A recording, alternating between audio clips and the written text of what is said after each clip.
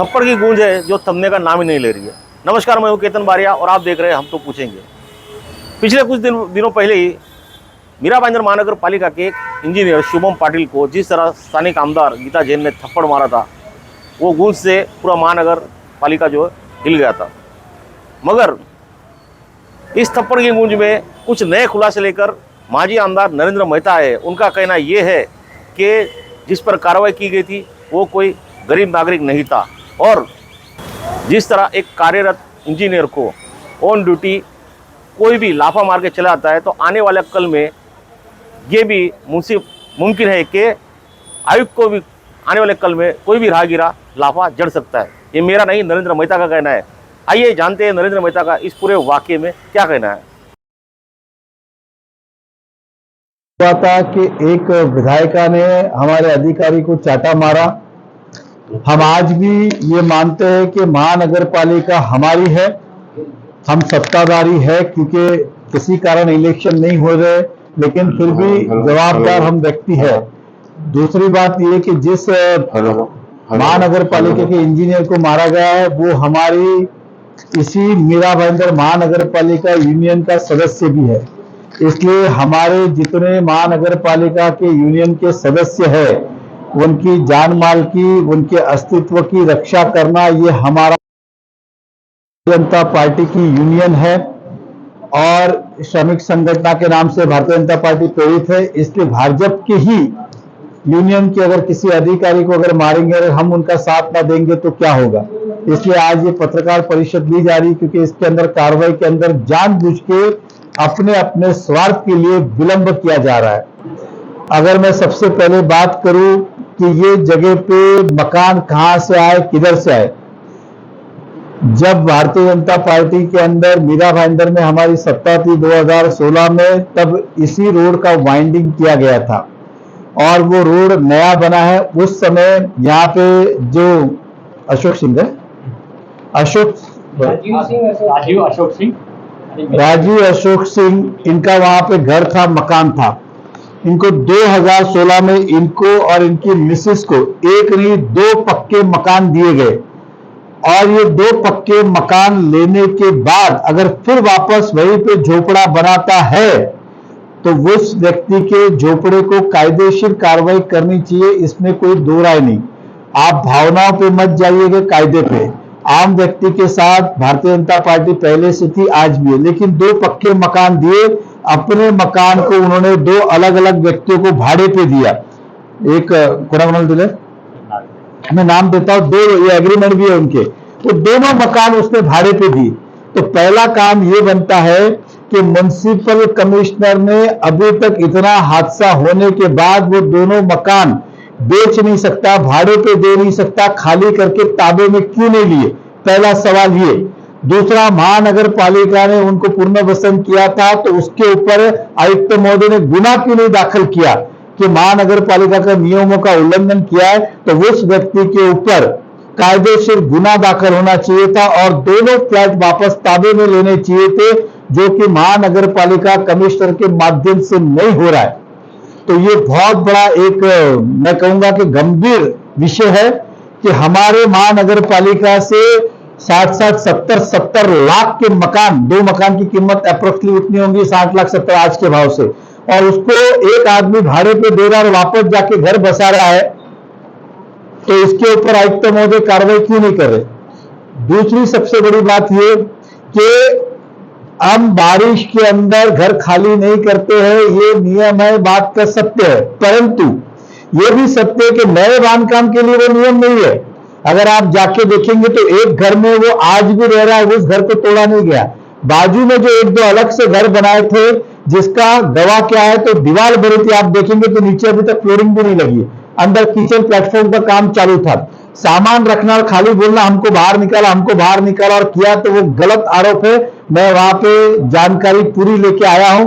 वो दोनों ही घर अंडर कंस्ट्रक्शन थे, ये हम कह सकते हैं कि बांधकाम हो चुका है, छपरा लगी, अंदर का काम उनका चालू था और घर वो तोड़े। उनका रहता घर नहीं तोड़ा है, और तो और वो रहता हुआ घर वाले बाजू वाला बना के वो भी भाड़े पे दे रहा था। मतलब बना कौन रहा था? तो यही आदमी जिसने 2 घर लिए, भाड़े पे दिए, खुद एक मकान में रहेगा, और जगह मिली और बढ़ा रहा है, वो भी भाड़े पे दे रहा है। तो ऐसे आदमी के ऊपर क्या कार्रवाई होनी चाहिए? महानगर पालिका आयुक्त को शांत किए। दूसरा, उसके घर के ऊपर कार्रवाई करो नहीं करो, ये पक्का मकान है, झोपड़ा नहीं, ये कायदा झोपड़ों के लिए, ये पक्का मकान है। एमआरटीपी अंतर्गत उसके ऊपर गुना क्यों नहीं दाखिल किया गया? एमआरटीपी के हिसाब से उसके ऊपर गुना दाखिल होना चाहिए था, एक पहले के घर के ऊपर भी और जो बाजू में 3 बन रहे उसके ऊपर भी, तो एमआरटीपी अंतर्गत गुना दाखिल होना चाहिए था। जब अधिकारी को वर्चस्व, ठीक है, मैं ये नहीं कहता हूं कि सभी के ऊपर दाखिल करो, मत करो, हमारा काम है कि इलीगल काम ना बने, ये रुकाना। लेकिन जब एक अधिकारी पे बात आती है, महानगर पालिका प्रश्न चिन्ह पे बात आती है, और एक व्यक्ति अधिकारी को चाटा मारता है, और वो चाटा उस व्यक्ति को नहीं था, चाटा उस कमिश्नर को था। ये चाटा हमारे दिलीप ढोले जी को था, क्योंकि अल्टीमेटली बॉस तो वो है। अगर मेरे ऑफिस से मेरे कर्मचारी को मारता है, डायरेक्टली इनडायरेक्टली मुझे चाटा मार रहा है, तो कमिश्नर साहब को चाटा मारने के बाद भी इस आदमी पे इतनी मेहरबानी क्यों? ये हमने आपको पुरावे सहित कहा है। तो आपके माध्यम से भी और कमिश्नर को भी हमारा सवाल है कि इस व्यक्ति के ऊपर उचित कार्रवाई अब कब करेंगे? आप भले पूरी फिर से इंक्वायरी करिए, हम तो उनके घर तक जाके आए, एक में बंगाली कोई रहता है, एक में कोई और रहता है, दोनों ही व्यक्ति का हम आदर करते हैं, वो बेचारे निर्दोष है, उनको क्या पता उन्होंने भाड़े पे ले लिया, लेकिन दिया, उसके ऊपर क्या कार्रवाई कर रहे हो?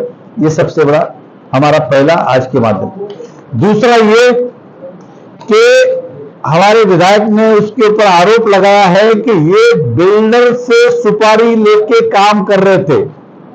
तो कमिश्नर साहब ने इस सुपारी लेने के पीछे कौन है?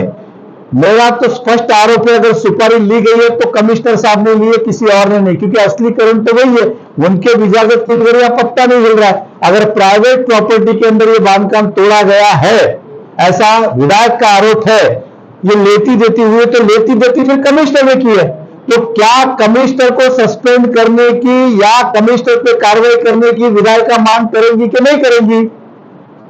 क्योंकि ये अधिकारी के बस की बात नहीं है। प्राइवेट प्रॉपर्टी में जाके इस शहर में अनगिनत प्राइवेट प्रॉपर्टियां खाली करने का काम कई महीनों से चालू है, जिसके अंदर मेरा आरोप है, शायद ये भी जो कह रही है वो सत्य मैं मानता हूं।